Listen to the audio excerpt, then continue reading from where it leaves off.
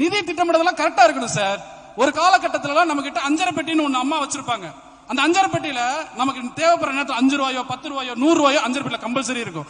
அந்த மாதிரி ஒரு வகுக்கப்பட்ட ஒரு நிதி திட்டமிடல் நம்ம கிட்ட எல்லாத்துக்களிலும் இருக்கணும். அந்த நிதி திட்டமிடல் இல்லைன்னு சொன்னா ஆபத்துகளை நிலவிக்கும். நிறுவனம் உங்களுக்கு சம்பளம் தான் போட முடியும். ஒரு நிறுவனம் உங்களுக்கு சம்பளம் தான் போட முடியும். அந்த சம்பளத்துல பகுதியை சேர்த்து வைக்க வேண்டியது உங்கள் கடமை. அந்த கடமை மூலமா தான் நீங்க டெவலப் ஆகணும். சார் ஒன்னும் இல்ல சார், இன்னைக்கு நண்பர்கள் பேசிப்போது கூட ஒருத்தர் சொன்னாரு ஈகோ பிரச்சனை இருக்குன்னு. எதுக்கு சார் ஈகோ? எதுக்கு ஈகோ? இந்த மனுஷ வாழ்க்கை எதுக்கு தெரியுங்களா? வாழ்ந்தோம் இருந்தோம் மகிழ்ச்சியா வாழணும், இருக்கிற மகிழ்ச்சியா வாழணும், ட்ரெஸ் இல்லாம டென்ஷன் இல்லாம பிரஷர் இல்லாம நம்மளோட வாழ்க்கைய மனுஷ வாழ்க்கைய ஜாலியா வாழணும். கொடுக்கிற வேலையை செஞ்சுட்டு கொடுக்கிற மாதிரி இருந்துட்டு நம்மளுடைய தேவைகளை வளர்த்துக்கணும். சார் எல்லாரும் மதுரை மீனாட்சி அம்மன் கோயிலுக்கு போயிருப்பீங்கன்னு நினைக்கிறேன். மதுரை மீனாட்சி அம்மன் கோயில்ல பாத்தீங்கன்னா 1000 கால்